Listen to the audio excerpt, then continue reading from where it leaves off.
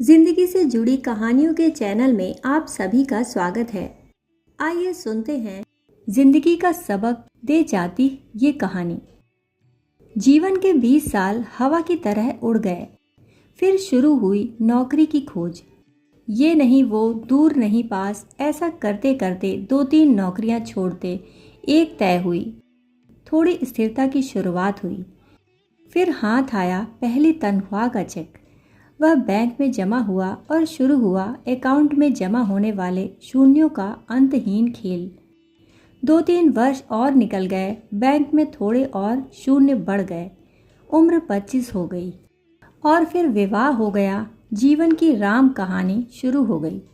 शुरू के 1-2 साल नर्म गुलाबी रसीले सपनीले गुजरे। हाथों में हाथ डालकर घूमना फिरना, रंग बिरंगे सपने। पर ये दिन भी जल्दी ही उड़ गए। और फिर बच्चे के आने की आहट हुई। वर्ष भर में पालना झूलने लगा। अब सारा ध्यान बच्चे पर केंद्रित हो गया।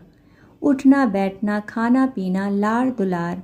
समय कैसे फटाफट निकल गया पता ही न चला। इस बीच कब मेरा हाथ उसके हाथ से निकल गया, बातें करना घूमना फिरना कब बंद हो गया, दोनों को पता ही न चला। बच्चा बड़ा होता गया, वह बच्चे में व्यस्त हो गई, मैं अपने काम में। घर और गाड़ी की किस्त, बच्चे की जिम्मेदारी, शिक्षा और भविष्य की सुविधा और साथ ही बैंक में शून्य बढ़ाने की चिंता।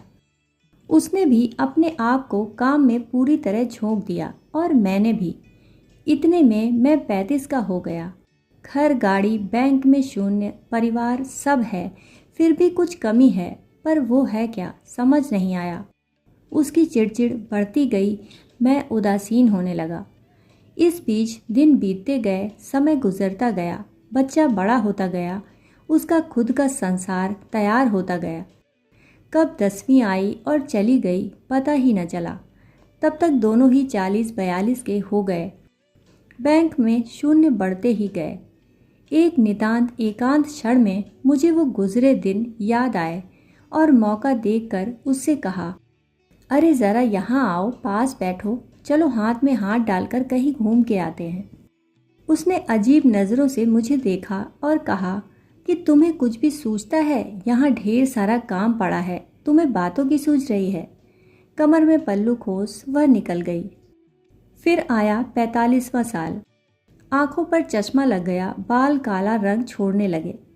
दिमाग में कुछ उलझनें शुरू हो गईं। बेटा इधर कॉलेज में था, इधर बैंक में शून्य बढ़ रहे थे। देखते ही देखते उसका कॉलेज खत्म, वह अपने पैरों पर खड़ा हो गया। उसके पंख फूटे और उड़ गया। उसके बालों का काला रंग भी उड़ने लगा। कभी कभी दिमाग साथ छोड़ने लगा। उसे चश्मा भी लग गया। मैं खुद बूढ़ा हो गया, वह भी उम्र दराज लगने लगी। दोनों 55 से 60 की ओर बढ़ने लगे। बैंक के शून्यों की कोई खबर नहीं।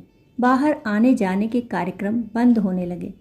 अब तो गोली दवाइयों के दिन और समय निश्चित होने लगे। बच्चे बड़े होंगे तब हम साथ रहेंगे, सोचकर लिया गया घर अब बोझ लगने लगा।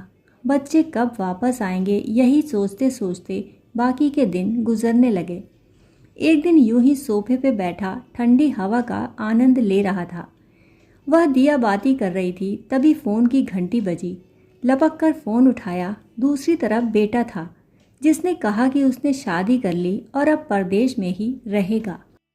उसने यह भी कहा कि पिताजी आपके बैंक के शून्यों को किसी वृद्धाश्रम में दे देना और आप भी वहीं रह लेना। कुछ और औपचारिक बातें कहकर बेटे ने फ़ोन रख दिया। मैं पुनः सोफे पर आकर बैठ गया। उसकी भी दिया बाती खत्म होने को आई। मैंने उसे आवाज़ दी, चलो आज फिर हाथों में हाथ लेके बात करते हैं। वह तुरंत बोली, अभी आई। मुझे विश्वास नहीं हुआ। चेहरा खुशी से चमक उठा, आंखें भर आईं। आंखों से आंसू गिरने लगे और गाल भीग गए। अचानक आंखों की चमक फीकी पड़ गई और मैं निस्तेज हो गया, हमेशा के लिए। उसने शेष पूजा की और मेरे पास आके बैठ गई। बोलो क्या बोल रहे थे? लेकिन मैंने कुछ नहीं कहा। उसने मेरे शरीर को छूकर देखा, शरीर बिल्कुल ठंडा पड़ गया था। मैं उसकी ओर एकटक देख रहा था। क्षण भर को वो शून्य हो गई। क्या करूं? उसे कुछ समझ में नहीं आया। लेकिन 1-2 मिनट में ही वह चैतन्य हो गई। धीरे से उठी, पूजा घर में गई, एक अगरबत्ती की, ईश्वर को प्रणाम किया और फिर से आके सोफे पर बैठ गई। मेरा हाथ अपने हाथों में लिया और बोली, चलो कहाँ घूमने चलना है तुम्हें? क्या बातें करनी है तुम्हें? बोलो। ऐसा कहते हुए उसकी आंखें भर आईं। वह मुझे एकटक देखती रही। आंखों से अश्रुधारा बह निकली। मेरा सर उसके कंधों पर गिर गया। ठंडी हवा का झोंका अब भी चल रहा था। क्या यही जिंदगी है? नहीं, जीवन अपना है तो जीने के तरीके भी अपने रखो। शुरुआत आज से करो, क्योंकि कल कभी नहीं आएगा।